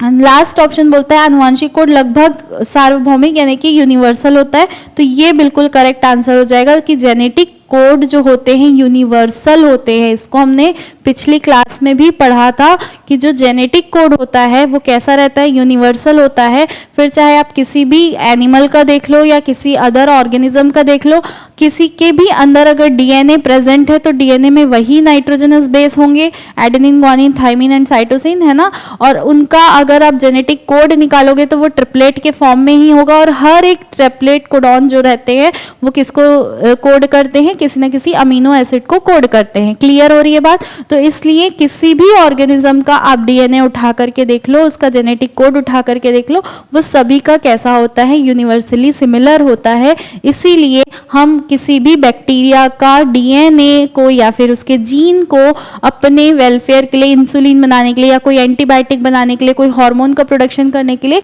यूज कर सकते हैं। क्लियर हो रही है बात? तो करेक्ट आंसर इसका हो जाएगा ऑप्शन नंबर डी। चलिए अगला क्वेश्चन देखते हैं, क्वेश्चन नंबर 13 की तरफ। पॉलीजोम का निर्माण किससे होता है ये बताना है। Polysome formed by a ribosome with several sub units, ribosome attached to each other in a linear arrangement, या फिर several ribosome attached to a single mRNA, या फिर many ribosome attached to a strand of endoplasmic reticulum. बताना है कि पॉलीजोम किससे बनता है। इनमें से चारों ऑप्शन आप देखो, अच्छे से पढ़ो और समझो और फिर आंसर करो। क्वेश्चन नंबर 13 का क्या हो जाएगा करेक्ट आंसर कि पॉलीजोम होता क्या है। पहली चीज तो आप इस टर्म को समझो कि पॉलीजोम बोलते किसको है। पॉली का मतलब होता है बहुत सारे, ठीक है। जब हम लोग जैसे पॉलीमर बोलते हैं बहुलक, वैसे ही पॉलीजोम क्या हो जाता है, बहुत सारे। अगर यहाँ पे क्या होते हैं, राइबोसोम होते हैं। पॉली और जोम का मतलब क्या है यहाँ पे, राइबोसोम। ठीक है, जोम का मतलब क्या है यहाँ पे, राइबोसोम। तो जब बहुत सारे राइबोसोम एक साथ होते हैं तभी उसको हम क्या बोल देते हैं, पॉलीजोम बोल देते हैं। तो अब बताओ यहाँ पे क्या बहुत सारी, यहाँ पे क्या बोल रहा है, ribosome with several subunit, उसको बोलेंगे हम पॉलीजोम, या फिर ribosome attach to each other in a linear arrangement, यानी कि जब राइबोसोम इस प्रकार से ऐसे लीनियर अरेंजमेंट में है उसको हम लोग बोल देंगे, या फिर several ribosome attach to a single mRNA, यानी कि एक सिंगल एमआरएनए है, ये उसका 5 डेज हो गया, ये इसका 3 डेज, और यहाँ पे आपके राइबोसोम अटैच है इस प्रकार से, तो इसको हम लोग पॉलीसोम बोलेंगे। या फिर many ribosome attach to a strand of endoplasmic reticulum, यानी कि जो ईआर होती है, ठीक है, उस ईआर में बहुत सारे ऐसे राइबोसोम अटैच्ड हैं, उसको हम लोग पॉलीसोम बोलेंगे। किस कंडीशन में उसको पॉलीसोम बोला जाएगा? चलिए अब आंसर करेंगे क्वेश्चन नंबर 13 का, क्या हो जाएगा।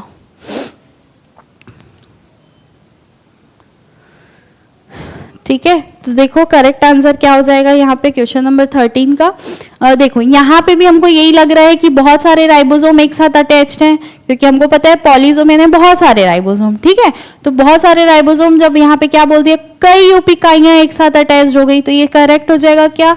नहीं, कई इकाइयां अटैच तो है लेकिन इसको हम पॉलीसोम नहीं बोलते हैं। रेखीय क्रम में यानी कि एक लाइन से ऐसे करके राइबोसोम अटैच हो गए तो इसको बोलेंगे क्या? नहीं, ऐसा भी नहीं होता। एमआरएनए से जब बहुत सारे अनेक राइबोसोम अटैच होते हैं, जुड़े होते हैं एक ही एमआरएनए से, है ना, बहुत सारे एमआरएनए नहीं, एक आपका एमआरएनए है और उसी एक एमआरएनए में कई आपके राइबोसोम की यूनिट जो है इस प्रकार से अटैच्ड हो गई है, तब आप इसको क्या बोलते हो? पॉलीसोम बोलते हो। तो करेक्ट आंसर क्या हो जाएगा? Option number C. Endoplasmic reticulum में ऐसा कुछ भी नहीं है, उसमें तो बहुत सारे राइबोसोम रफ क्योंकि उसके सरफेस में होते हैं तो हम उसको रफ एंडोप्लाज्मिक रेटिकुलम बोल देते हैं, लेकिन ऐसा नहीं कि हम उसको पॉलीसोम बोलेंगे, तो ये भी नहीं होगा। करेक्ट आंसर क्या होगा आपका? ऑप्शन नंबर सी हो जाएगा।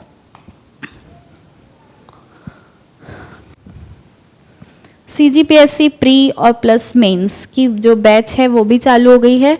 अगर आप लोग कोई CGPSC की भी तैयारी कर रहे हैं तो हमारी जो बैचेस है वो बाइलिंगुअल बैच होने वाली है। इसमें आपको रिकॉर्डेड वीडियो भी मिलेंगे, जितने भी डाउट क्लासेस हैं वो भी आपके डाउट क्लियर यहाँ पे किए जाएंगे। इसकी वैलिडिटी 1 ईयर की रहने वाली है। लाइव क्लासेस मिलेगी, mock test time to time मिलने वाले हैं, PYQs NCERT बेसिस होते रहेंगे, और साथ ही साथ ई बुक्स भी आपको इतनी सारी फैसिलिटीज़ एक ही बैच में मिलने वाली है। तो अगर आप या आपके कोई साथी हैं जो प्री या फिर मेंस की यहाँ CGPSC की प्रिपरेशन कर रहे हैं और ढूंढ रहे हैं कि कहाँ से पढ़ना है, कैसे तैयारी करनी है, कैसे उसकी शुरुआत करनी है, तो आप बिल्कुल हमारे एकेडमी से जुड़ सकते हैं और अपना रजिस्ट्रेशन करवा सकते हैं। ठीक है, चलिए अगला क्वेश्चन देखते हैं, क्वेश्चन नंबर 14। राइबोसोम की 2 सब यूनिट है, ठीक है, द 2 सब यूनिट ऑफ राइबोसोम, यहाँ पे एंड नहीं आएगा, ठीक है, यहाँ पे डैश है ऐसा। द 2 सब units of ribosome remain United at a critical ion level of, बोल रहा है राइबोसोम की 2 उप इकाइयां हैं। कौन कौन सी उप इकाई होती है? एक स्मॉल यूनिट होती है और एक लार्ज यूनिट होती है, ठीक है, इसी को हम लोग इसकी क्या बोल देते हैं? उप इकाई के नाम से जानते हैं। ये क्या है? स्मॉल यूनिट है, और ये क्या है? आपकी लार्ज यूनिट है, ठीक है। तो यही पूछ रहा है कि राइबोसोम की 2 उप इकाइयां किस महत्वपूर्ण आयन स्तर पर जुड़ी रहती है? क्या वो मैग्नीशियम के हेल्प से जुड़ती है, या फिर कैल्शियम आयन, या फिर कॉपर आयन, या फिर manganese ion? Magnesium ion, calcium ion, copper ion, या फिर मैग्नीज आयन, किसकी हेल्प से ये इकाइयां जो है, इसकी जो यूनिट्स हैं वो आपस में अटैच्ड रहती हैं, ये बताना है। चलिए आंसर करेंगे क्वेश्चन नंबर 14 का। क्या हो जाएगा करेक्ट आंसर क्वेश्चन नंबर 14 का? जल्दी से आंसर कर दीजिए।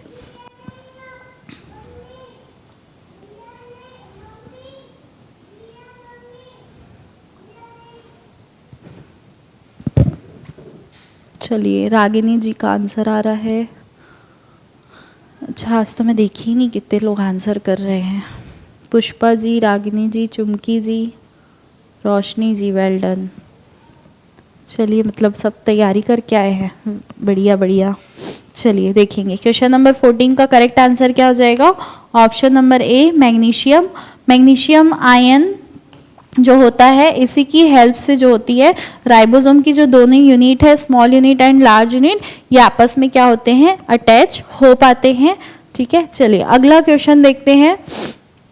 Which antibiotic inhibits interaction between tRNA and mRNA during bacterial protein synthesis? जब बैक्टीरिया में प्रोटीन का संश्लेषण होता है तो उस दौरान tRNA और mRNA के बीच की क्रिया को कौन सा एंटीबायोटिक रोकने का काम करता है? क्या वो टेट्रासाइक्लिन है या एरिथ्रोमाइसिन है या फिर नियोमाइसिन है या फिर स्ट्रेप्टोमाइसिन? क्या हो जाएगा करेक्ट आंसर बताएंगे क्वेश्चन नंबर 15 का।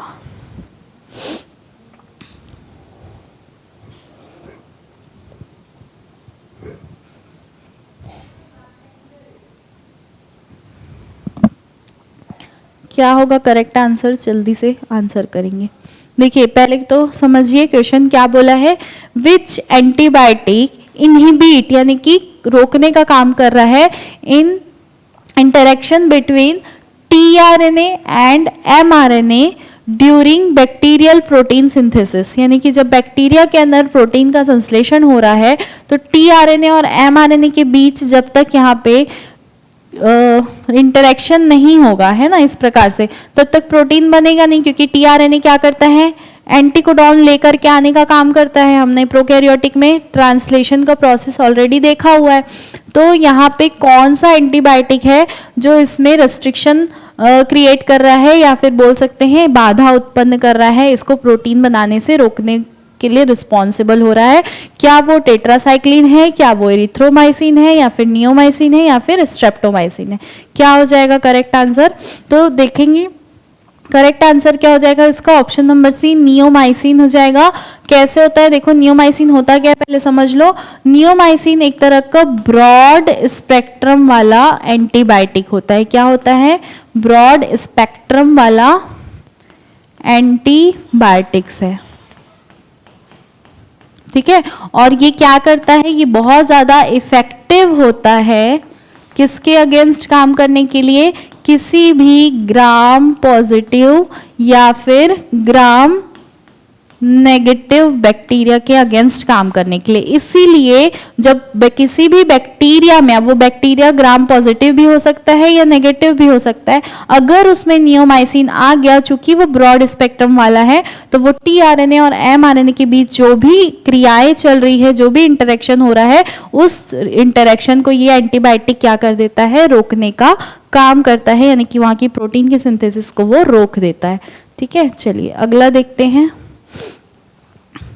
क्वेश्चन नंबर 15 के बाद ये एक और आप लोग के लिए इंफॉर्मेशन है, संस्कृत व्याख्याता की अगर कोई तैयारी कर रहे हैं तो वो भी हमारे बैच से जुड़ सकते हैं, ठीक है, और अपने दोस्तों को भी बता सकते हो। चलिए बिना समय को गवाए हुए अगला क्वेश्चन देखते हैं। Question number 16, using imprints from a plate with complete medium and carrying bacterial colonies, you can select streptomycin resistant mutant and prove that such mutation do not originate as adaptation. These imprints need to be used. पूछ रहा है कि जब complete medium वाली plate से जिसमें bacteria कॉलोनियां उपस्थित हैं, इम्प्रिंट लेकर उसका स्ट्रेप्टोमाइसिन प्रतिरोधी म्यूटेंट्स का चयन किया जा सकता है और यह सिद्ध किया जा सकता है कि ऐसे उत्परिवर्तन यानी म्यूटेशन एडेप्टेशन के कारण उत्पन्न नहीं होते हैं, तो इन इम्प्रिंट्स का उपयोग किया जाना चाहिए। किसमें किया जाना चाहिए? ट्रेप्टोमाइसिन वाली, स्ट्रेप्टो होगा ये, है ना, on plate with and without streptomycin, यानी कि स्ट्रेप्टोमाइसिन वाली तथा बिना स्ट्रेप्टोमाइसिन वाली दोनों प्लेटों पर, ठीक है, या फिर न्यूनतम माध्यम यानी मिनिमल मीडियम वाली प्लेट्स पर, या फिर केवल स्ट्रेप्टोमाइसिन वाली प्लेट्स पर किया जाना चाहिए, केवल बिना स्ट्रेप्टोमाइसिन वाली प्लेट्स पर किसमें इम्प्रिंट मिलना चाहिए, ये आपको यहाँ पे बताना है। क्वेश्चन नंबर 16 का आंसर करेंगे।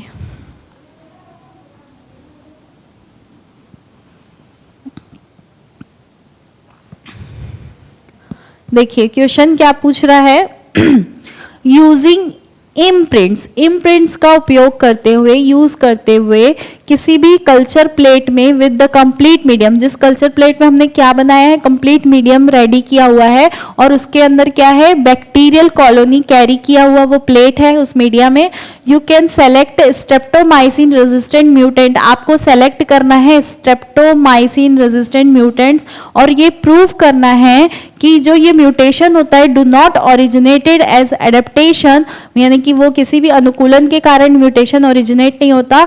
तो इस इम्प्रिंट्स में हमको कौन सी इम्प्रिंट्स का यूज करना पड़ेगा जिससे कि हम इस चीज को प्रूव कर पाएंगे। तो क्या आप केवल ऐसी प्लेट यूज करोगे जिसमें स्ट्रेप्टोमाइसिन या तो हो भी सकता है या नहीं भी हो सकता है, या फिर ऐसी प्लेट यूज करोगी जिसमें मिनिमल मीडियम प्रेजेंट होगा, यानी कि मीडिया बहुत कम होगा, only on plate with streptomycin, या फिर कि सिर्फ उसी में ये कर सकते हो जिसमें ये स्ट्रेप्टोमाइसिन उपस्थित होगा, या फिर उसी प्लेट में कर सकते हो जिसमें स्ट्रेप्टोमाइसिन उपस्थित नहीं होगा। या देखो पहला ऑप्शन बोल रहा है हो सकता है या नहीं भी हो सकता, दूसरा बोल रहा है कि इसमें मीडिया कम होगा, तीसरा बोल रहा है कि केवल स्ट्रेप्टोमाइसिन होना चाहिए और चौथा बोल रहा है कि स्ट्रेप्टोमाइसिन नहीं होना चाहिए, बिल्कुल नहीं होना चाहिए। तो करेक्ट आंसर क्या हो जाएगा इसका, करेक्ट आंसर होगा ऑप्शन नंबर सी कि only on plates with streptomycin, क्योंकि यहाँ पे आपको बताना है अनुकूलन के कारण। तो जब तक उस प्लेट में स्ट्रेप्टोमाइसिन का बैक्टीरिया नहीं होगा तो क्या वो बैक्टीरिया के अगेंस्ट वहां पे वो अडॉप्ट कर रहा है, अपने आप को अनुकूलित कर रहा है, या फिर वहां पे वो म्यूटेशन क्रिएट कर रहा है या नहीं, ये कैसे पता चलेगा, है ना। इसीलिए स्ट्रेप्टोमाइसिन का होना वहां पे बहुत जरूरी है। अगर आप कोई इम्प्रिंट रेडी कर रहे हो तो उस प्लेट में स्ट्रेप्टोमाइसिन प्रेजेंट होना जरूरी होता है। ठीक है, क्लियर हो रही है बात। तो यहाँ से आप स्ट्रेप्टोमाइसिन को यूज करोगे और यही स्ट्रेप्टोमाइसिन आपको क्या बताएगा कि उस प्लेट में उस बैक्टीरिया के अंदर किसी प्रकार का म्यूटेशन हुआ भी है या नहीं हुआ है। बात समझ में आ रही है। तो ये किस लिए किया जाता है, इम्प्रिंट किया जाता है किसी भी बैक्टीरिया में होने वाले म्यूटेशन को चेक करने में के लिए, या फिर किसी भी ऑर्गेनिज्म का जो म्यूटेशन हो रहा है ना, उस म्यूटेशन को चेक करने के लिए ये चीज की जाती है। ठीक है, तो ये थोड़ा सा डिफरेंट टॉपिक लग रहा होगा, म्यूटेशन वाला जो टॉपिक है उसी के अंदर का है। इसीलिए मैं बोलती हूँ कि एमसीक्यू को अच्छे से समझना और अच्छे से इसमें अटेंड किया करो, क्योंकि जो चीजें हम थ्योरी में नहीं पढ़ पाते वो चीज हम एमसीक्यू में कवर कर लेते हैं। ठीक है, कुछ चीजें थ्योरी में रह जाती है तो वो एमसीक्यू कराने में वहां पे कवर हो जाती है। ठीक, तो याद रखना कि म्यूटेशन चेक करने के लिए इम्प्रिंट देखा जाता है। तो जिस चीज का म्यूटेशन आपको चेक करना है उसका अगेंस्ट उसका बैक्टीरिया का एंटीबायोटिक आप यूज करोगे। ठीक है,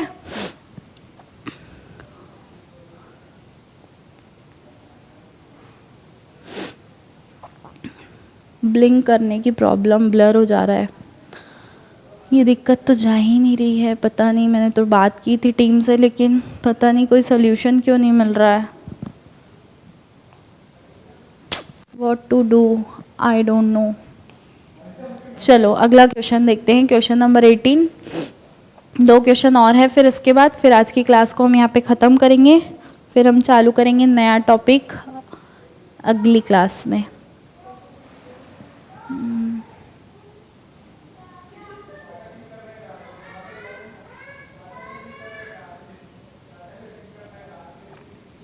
इसको तो YouTube में भी नहीं करा सकते। देखेंगे क्वेश्चन नंबर 18 क्या बोलता है। ड्यूरिंग ट्रांसलेशन, ट्रांसलेशन से क्वेश्चन है। ठीक है, during translation initiation in prokaryotes a GTP molecule, GTP यानी कि गुआनोसिन ट्राइफॉस्फेट, ठीक है, molecule is needs in formation of formyl met tRNA, binding of 30S subunit of ribosome with mRNA, association of 30S mRNA with formyl mat tRNA, met क्या है यहाँ पे, मिथियोनिन है ना। ठीक है, association of 50S subunit of ribosome with initiation of complex, यानी कि यहाँ पे पूछ रहा है प्रोकैरियोटिक में ट्रांसलेशन की शुरुआत के दौरान जीटीपी अणु की आवश्यकता होती है। क्यों होती है? फॉर्माइल मिथियोनिन टीआरएनए बनाने के लिए होती है, या फिर राइबोसोम की 30S उप इकाई का एमआरएनए से जुड़ने के लिए होती है, या फिर 30S एमआरएनए कॉम्प्लेक्स का फॉर्माइल मिथियोनिन टीआरएनए से जुड़ने के लिए होती है, या फिर इनिशिएशन कॉम्प्लेक्स के साथ 50S उप इकाई के जुड़ने से होती है।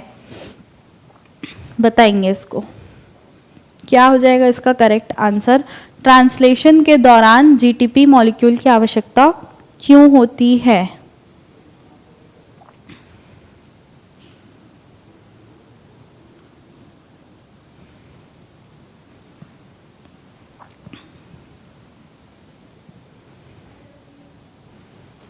क्या हो जाएगा करेक्ट आंसर बताएंगे क्वेश्चन नंबर 18 का। अरे रे तो काफ़ी ज़्यादा ब्लर हो जा रहा है, क्या करें, कैमरे का फोकस ही नहीं ले रहा क्या।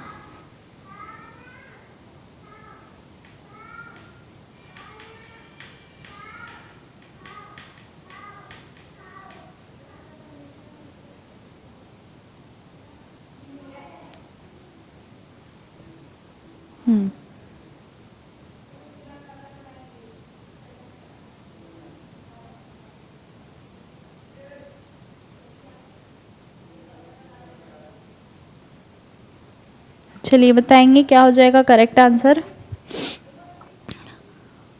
देखेंगे इसका करेक्ट आंसर क्या हो जाएगा, ऑप्शन नंबर सी, यानी कि प्रोकैरियोट में जब भी ट्रांसलेशन की शुरुआत होती है तो जीटीपी अणु की आवश्यकता कब होती है, जब 30s mRNA कॉम्प्लेक्स का फॉर्माइल मेथियोनिन टीआरएनए से ज्वाइनिंग होती है ना। फॉर्माइल मेथियोनिन टीआरएनए से जब 30s mRNA आकर के जुड़ जाता है, उसका एसोसिएशन हो जाता है, तभी वहाँ पे जीटीपी मॉलिक्यूल की आवश्यकता पड़ती है। चलिए अगला क्वेश्चन देखते हैं, क्वेश्चन नंबर 19।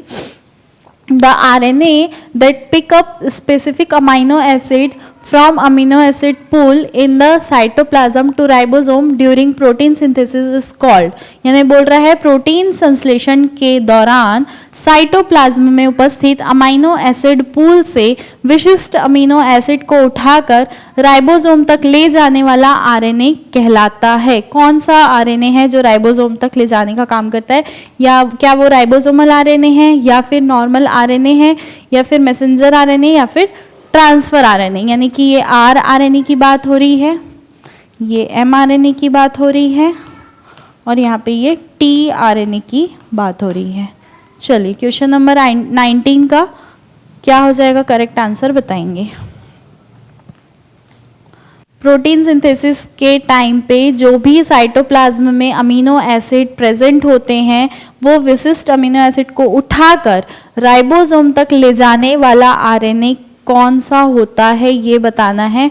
हमको पता है कि जो ये एमआरएनए होता है इसी में आपके जेनेटिक कोड्स लगे होते हैं। शुरुआत कहाँ से होती है, इनिशिएशन AUG मिथियोनिन से होता है, यहीं पे आपकी जो है राइबोसोम की यूनिट आकर के जुड़ जाती है। फिर टीआरएनए इसका एंटीकोडॉन ले करके आता है, एंटीकोडॉन क्या हो जाएगा, एडेनिन का, यहाँ पे थाइमिन नहीं यूरासिल लेंगे हम लोग, आरएनए है क्योंकि, यूरासिल का एडेनिन हो जाएगा, ग्वानिन का साइटोसिन, और ये आकर के यहाँ पे इसके साथ अटैच हो जाता है UAC के फॉर्म में। इसको लाया कौन, टीआरएनए इसको लेकर के आता है। इसी प्रकार से फिर आगे और फर्दर ये राइबोसोम मूव करते करते करते लास्ट में कहाँ तक चले जाता है, टर्मिनेशन वाले प्रोसेस में, ठीक है, जहाँ पे कौन आता है आपका स्टॉप कोडॉन, जिसको हम लोग नॉनसेंस कोडॉन के नाम से भी जानते हैं। तो यहाँ पे पूछा क्या है, साइटोप्लाज्म में जो भी अमीनो एसिड उपस्थित है उस अमीनो एसिड को उठाकर राइबोसोम तक ले जाने वाला आरएनए कौन है। तो देखो कौन ला रहा है, राइबोसोम तक लाने का काम कौन कर रहा है, टीआरएनए कर रहा है। तो क्या हो जाएगा correct answer, option number D, tRNA. ठीक है, चलिए अगला क्वेश्चन देखते हैं।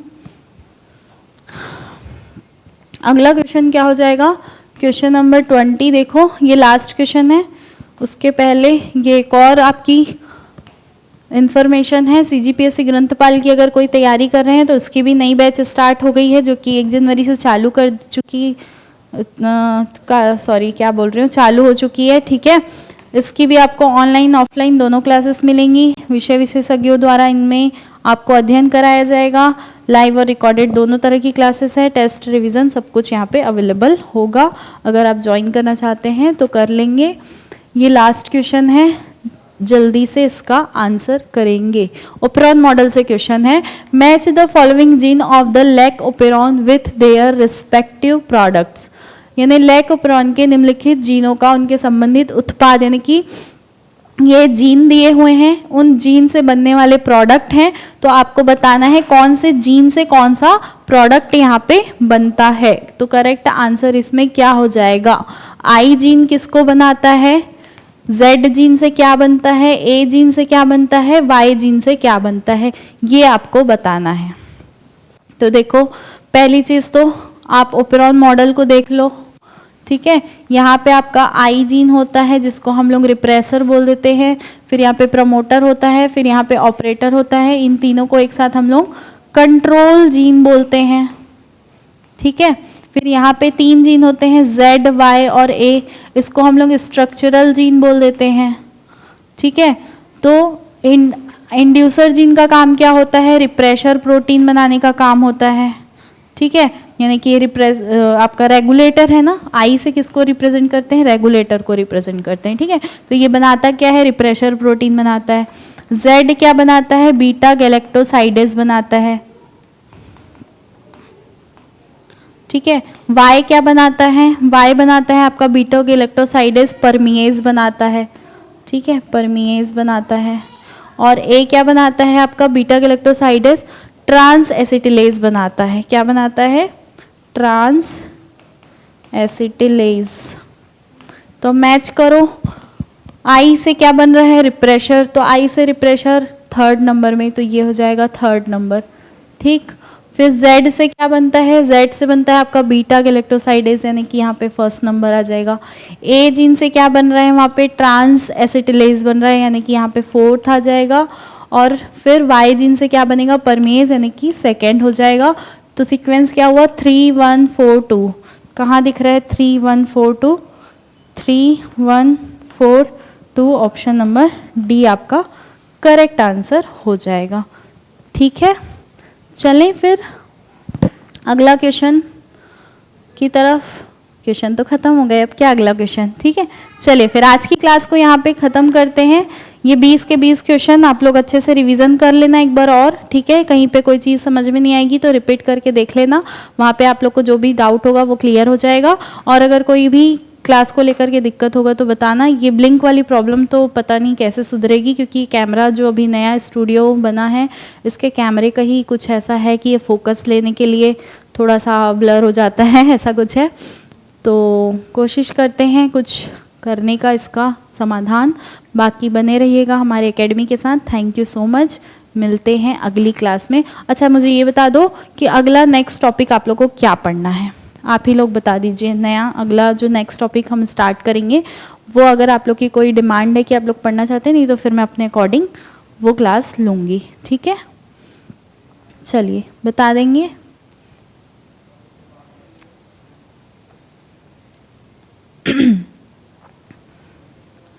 रागिनी जी, पुष्पा जी, चुमकी जी, किसकी कोई डिमांड है तो आप लोग बता सकते हैं, फिर हम लोग आज की क्लास को यहाँ पे ख़त्म करते हैं। चलिए फिर